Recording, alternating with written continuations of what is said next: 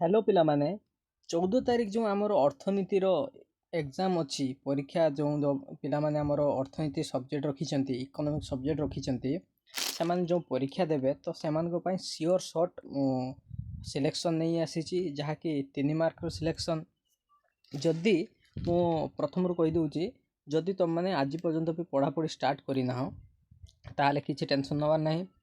केवल मु जो क्वेश्चन गुड़ाक कहूँ यही क्वेश्चन गुड़ाक पढ़ी देकी जाओ आराम से तुम 50% रेजल्ट कर इकोनॉमिक्स रे देख तुम केवल एमसीक्यू कर मु जो सिलेक्शन गुड़ाक दूचे यही सिलेक्शन गुड़ाक पानी करके चलो मु सब यूनिट रु पूरा बछा बछा नहीं आसी 3 मार्क क्वेश्चन एवं जदि यही क्वेश्चन गुड़ाक जदि 2 मार्क भी आसे तुम आराम रे तुम लिखिपर तो देख तो भिडियोटी मु स्टार्ट करुच्ची प्रथम मु आरंभ करुच्ची यूनिट 1 रु देख यूनिट 1 रे कौन अच्छी मुद्रा और निकट मुद्रा भितर कौन सब पार्थक्य रही देन तुम मैंने देख 2 नंबर क्वेश्चन हूँ चाहिदा जमा और स्थायी जमा भितर पार्थक्य चाहिदा जमा और मियादी जमा भितर कौन रही पार्थक्य मियादी जमा और चलती जमा भितर कौन रही पार्थक्य हाराहारी राजस्व और सीमांत राजस्व भितर कौन रही संपर्क तापर तुम मैंने देख राष्ट्रीय वित्त आम क्या कहवा और व्यक्ति वित्त क्या कहवा वाणिज्यिक बैंक और केंद्रीय बैंक भितर पार्थक्य तापर तुम लिख समतुल बजेट और असमतुल बजेट लास्ट लिख कौन है बड़का बजेट और नियंटिया बजेट देख पिला माने जदि तुम मैंने यही क्वेश्चन गुड़ाक जदि करदेकी जीव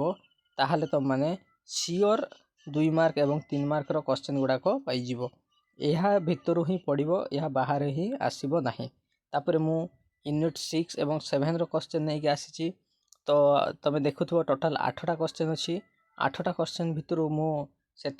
कौन कर इम्पोर्टाट गुड़ाक बाछी देती से इम्पोर्टाट गुड़ाक देख कौन है 1 नंबर है मोट घरोई उत्पाद एवं मोट जातीय उत्पाद यही क्वेश्चनटा तापर है वास्तव मोट घरोई उत्पाद आ मुद्रागत मोट घरोई उत्पाद एटा वास्तवटा भूल हो जाए मोट घरोई उत्पाद और मुद्रागत मोट घरोई उत्पाद तापर है उत्पादन व्ययभित्तिक मोट जातीय उत्पाद और उत्पादन व्ययभित्तिक नीट जातीय उत्पाद तापर है कौन है सामूहिक चाहिदा एपीसी आउ एमपीसी भितर पार्थक्य कौन रही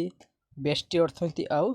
समष्टि अर्थनीति यहाँ सियोर शॉर्ट पड़ो बेष्टी अर्थनीति एवं समष्टि अर्थनीति पड़ो तापर कौन रहा तुम ये जो मोट घरोई उत्पाद और मुद्रागत घरोई उत्पाद या भितर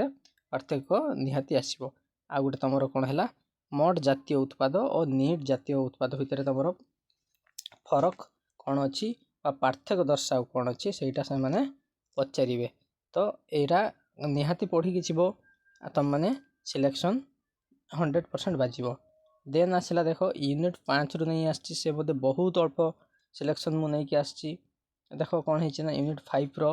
एकाधिक और अल्पाधिकार बजार भितर कौन रही पार्थक्य पूर्ण प्रतियोगिता और अपूर्ण प्रतियोगिता एकचाटिया बजार जहाँ को आम मनोपोली बोली कही था एवं अल्पाधिकारी बजार ता भीतर कौन रही पार्थक्य पूर्ण प्रतियोगिता एवं शुद्ध प्रतियोगिता बजार दर और स्वाभाविक दर एकाधिकार और एकाधिकार मूलक प्रतियोगिता पूर्ण प्रतियोगिता और एकाधिकार मूलक प्रतियोगिता पे माने यही जो क्वेश्चन गुड़ाक तुम मैंने देखुच युड़ाक पूरा 100% सियोर क्वेश्चन मु बहुत पुराना क्वेश्चन को देखिकी सिलेक्शन करी जो मैंने विश्वास कर तुम मैंने निहाती देखिकी जापर तो देरी नक चलतु कर 4 नंबर आमर कौन सब सिलेक्शन रही 4 नंबर रही हाराहारी परिवय और सीमांत परिवय मुद्रागत परिवय देख यहाँ जब तुम पार्थक्य दर्शार जब न आसिकी आसीज केवल हाराहारी परिवय विषय लेख 2 मार्क आसीज कि 3 मार्क आसीगला आराम रे तुम लिखिपर कि सीमांत परिवय विषय लेख आराम से लिखिपर वास्तव परिवय विषय पचार जदि आराम से लिखिपर मोट आय कौन लिखिपर सीमांत आय कौन लिखिपर तापर कौन सी असुविधा नहीं तुम केवल यही सिलेक्शन गुड़ाक ही पढ़ी जाओ तापर कौन रहा मुद्रागत परिवय वास्तव परिवय सुभुक्त परिवय और अवक्त परिवय स्थिर परिवय एवं परिवर्ती परिवय तापर देख 3 नंबर यूनिट्रे कौन कौन मुझे सिलेक्शन आनी 3 नंबर यूनिट्रे देख हाराहारी उत्पाद और सीमांत उत्पाद मध्य पार्थक्य कौन अच्छी स्वल्पकाल और दीर्घकाल मध्य कौन पार्थक्य रही स्थिर साधन और परिवर्ती साधन कौन सीमांत उत्पाद और मोड उत्पाद क्या कहवा वर्धमान उत्पत्ति और क्रमहासमान उत्पत्ति ओके यार भितर कौन पार्थक्य अच्छी से पचारि पारे प्रिवियस गोटे वर्ष ये क्वेश्चन ही आसी देन देख तुम यूनिट 2 रो सब कौन सब क्वेश्चन रही यूनिट 2 रही अपेक्षाकृत स्थितिस्थापकता चाहिदा और अपेक्षाकृत अस्थितिस्थापक चाहिदा भितर कौन पार्थक्य रही संपूर्ण स्थितिस्थापक चाहिदा और असंपूर्ण स्थितिस्थापक चाहिदा चाहिदार परिवर्तन और चाहिदा परिमाण परिवर्तन चाहिदा रेखार गति और चाहिदा रेखार स्थानच्युति एकक स्थितिस्थापक चाहिदा यहीगुड़ाक तुम सियोर सर्ट क्वेश्चन आराम से पढ़ो